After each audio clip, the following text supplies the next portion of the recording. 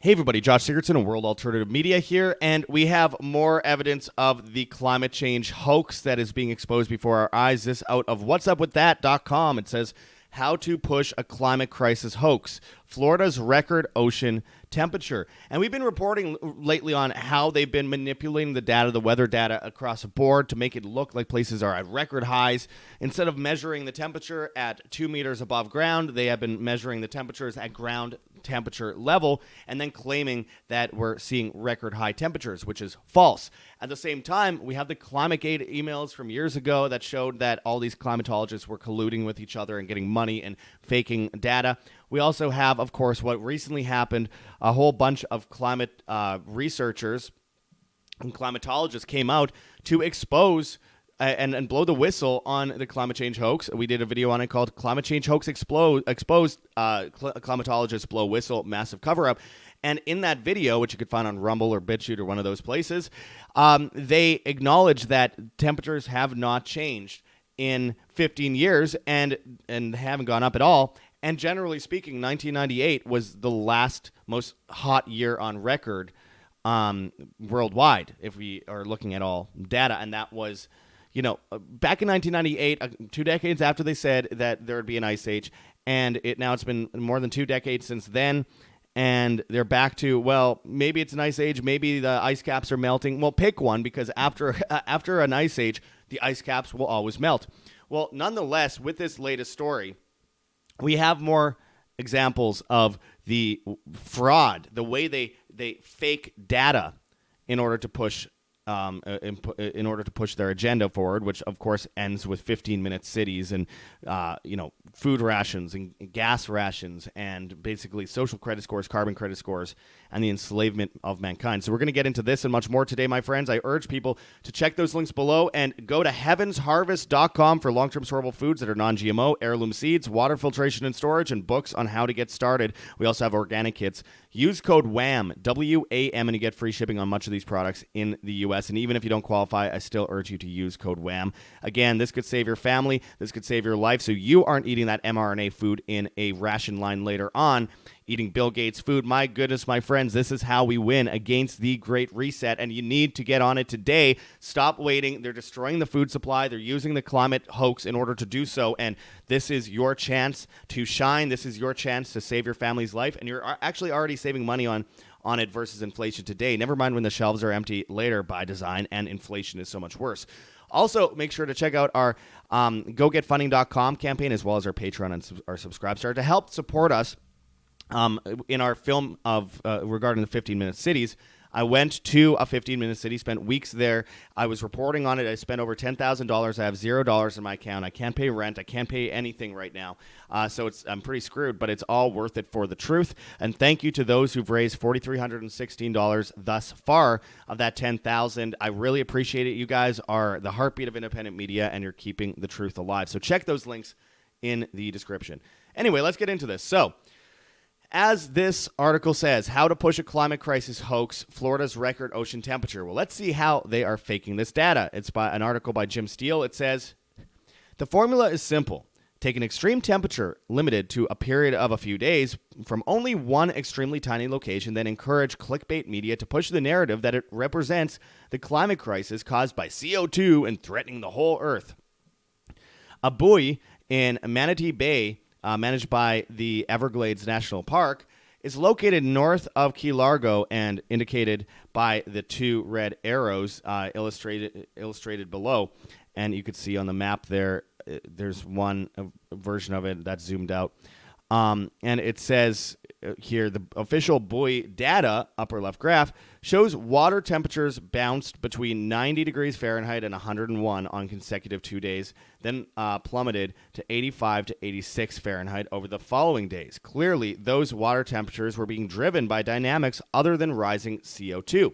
Yeah, they changed over time.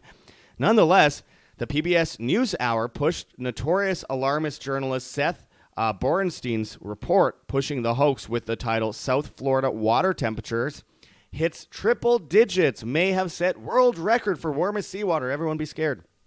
And New York Times pushes 101 Fahrenheit in the ocean off Florida. Was it a world record? See, if people just read the headlines, they'll always just think that this is true, and we cannot debate this. You're a climate denier, they'll say. Another scientist, despite attempting to sound an alarm, was unintentionally quite perceptive, saying, and I quote, "If you climbed in the water there, I'm pretty darn sure it would have felt like you're in a hot tub." Indeed, the science of solar ponds has shown when fresh water overlays saltier water, heat gets trapped, and temperatures can rise by as much as 60 degrees Fahrenheit higher than the surface at depths between 5 and 10 feet. Also, notice the Manatee Bay buoy measuring water temperatures at a 5-foot depth is located in a small embayment surrounded by landform that prevents mixing with cooler water and forms a natural hot tub. As seen in the enlarged illustration on the left, low winds and high-pressure systems further helped heat the bay, while muddy waters darkened the water, enhancing solar heat. And it continues here. To maintain the crisis hoax, it is also important to ignore conflicting data. Southern Florida has several buoys, some measuring water temperatures, some air temperatures, and some both. Just 56 miles to the southwest of Manatee Bay, the VAKF-1 buoy measured water temperatures that were 10 degrees Fahrenheit lower than Manatee Bay on those same days. And then it shows in the lower left graph, and then cooled 86 degrees Fahrenheit. So again, let's bounce up to those graphs. So we have the illustrations right there. Again, those air temperatures don't even approach being unprecedented. We're talking about temperatures way less. So it says it cooled to 86 degrees Fahrenheit. Manatee Bay's buoy lacked air temperature data, but VAKF-1 reported a high air temperature of 91 degrees Fahrenheit, lower right graph, which then cooled to the low 80s, even dipping to 76 degrees Fahrenheit. Those temperatures don't approach being unprecedented. Again, we have the data up there. It says the hottest temperature ever recorded in the state of Florida was 109 degrees on June 29th, 1931. In Monticello, located over 400 miles north of Everglades National Park. According to Wikipedia, Everglades National Park's average minimum or maximum air temperature for July is 92.5 degrees Fahrenheit, and the record high for July was 102 degrees Fahrenheit. Nevertheless, Washington Post pushed extremely warm waters linked to record-setting heat over South Florida. The extreme ocean heat comes amid Florida's hottest July on record, trying to keep the climate crisis hoax alive. Yes, and as I've reported before, they have been caught red-handed looking at ground temperatures on the actual ground rather than the 2 meters that they usually measure at uniformly in most places in the world that determine temperatures, because you can't have the ground temperature because it sucks in heat and it holds heat, and it's not going to be the same as what you feel walking down the street. A good example is when you stand outside in, say, 115 degrees. Yes, it is very hot. I know I'm in Arizona, but here's the thing. You don't burn alive. Like, you don't feel yourself on fire. But have you ever put bare feet on concrete in those temperatures? You feel like you're going to get a third-degree burn because ground temperatures are different than air temperatures. And so it should be obvious to everyone, but nonetheless, it isn't obvious to everyone because the media continues to push this kind of narrative and tries to manipulate the numbers. And we have all these whistleblowers coming out, and we have this data now out of Manatee Bay, which goes to show, how far they'll push this hoax. Remember, it was almost 2 years ago now that Bill Gates said the next pandemic is likely to be caused by climate change, because the agenda was always to go from one invisible enemy to another, to another, to another. First one, it's this terrorist hiding under your bed. The next one is pandemics, everyone inject yourself with poison. The third one is climate lockdowns, using the previous two as a litmus for how they'll bring in these things with militant type restrictions, like 15-minute cities, which I've been reporting on for a while. And again, I did a documentary. I'm still shooting the documentary on it from an actual 15-minute city. I've done some reports on it as well. So that is the modus operandi here, is to give any excuse possible to scare people about an invisible enemy using a hoax in order to force us into the same kind of pandemic kind of controls under a climate policy. So you have carbon taxes in Canada, which I've been fighting for years, and that's why I got put on the watch list for calling out Trudeau in person over that issue. Of course, we're talking about things like carbon credits, and we've been talking about that for so many years at WHAM, going back to around 2014. We've been talking about it regarding the World Economic Forum's goal to use a cashless society to bring in these climate policies. And now, look, all that's happening. They're destroying the food supply by going after farmers and getting rid of, nitrogen pollution and fertilizers and all these different things, destroying the shipping industry, destroying the oil industry, all to starve you out. So you beg them for help, and they blame climate change, and they say because of climate change we need to get rid of farms, but also this lack of food is causing starvation, and it's caused by climate change. It's circular, it's absurd, it's obviously a hoax, it's obviously a lie. But that's how they get us, because if you don't have food, then you're going to be screwed. So people are weakened by, the way they've used convenience against us for so long, so they can't take care of themselves. So then they're in a position where they end up accepting whatever policy, whatever restriction they can get. So the zero COVID policies in China, where you couldn't leave your neighborhood, are now zero carbon policies worldwide, 15-minute cities. And banking apps are already putting carbon credits on apps across the board. In Canada, in the United States, in the UK, there's even a UK secret government nudge unit, which we've reported on several times, that is sneaking carbon credits into apps, and it's already documenting this. And we already know it's already in here, Fed Now in the United States, where social credit is involved. You have ESG scores, you have CI and DEI scores that across the board that are going after corporations, and now our version is a carbon credit, social credit scores on a CBDC under a new world reserve currency. They're only using this in order to force us into communism or technocratic Marxism. That's why China, like I've said in past videos, China isn't pushing the climate change agenda, because they're already communist, even though they're one of the most polluted countries in the world.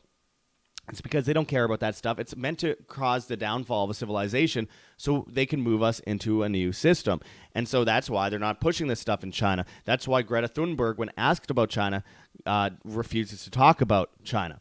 And that's why they all fly in private jets to their climate change conferences, where they all have a laugh at our expense as they push further enslavement mechanisms onto us. So again, this is evil. This is going to get worse before it gets better. But again, at the end of the day, we all have the power in our own hands to resist this, to reject it, to say no.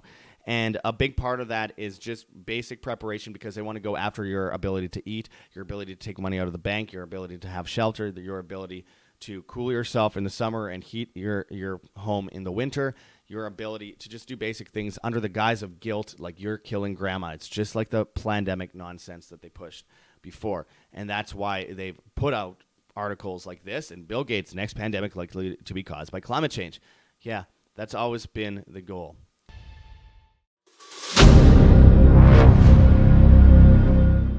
I'm looking for partners, collaborators, colleagues who want to join forces with me around the globe and create real value, generational wealth, and financial freedom for everyone else around the world.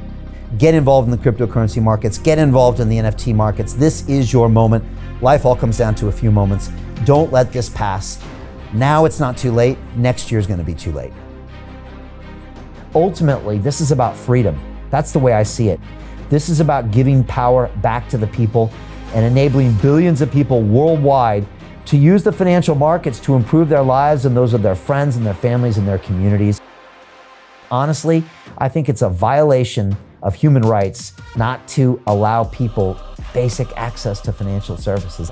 Because right now people are being kept in the dark, they're being robbed of education, and it's a travesty. And so I'm looking for people that want to join me and be a part of this solution. And that all happens inside the DeFi Academy. The gains my students are making are absolutely amazing. Double, triple digit gains in the first month alone. That's amazing. This will change your life. Now is the time to get involved. I'm going to tell you exactly how my students in my academy made money in the last 30 days. I'm talking about real trading results. And let me just whet your appetite a little bit. Let me hit you with some numbers. I'm talking Brendan from New Zealand is up 68.77% on the month. Steve from Europe up 83%.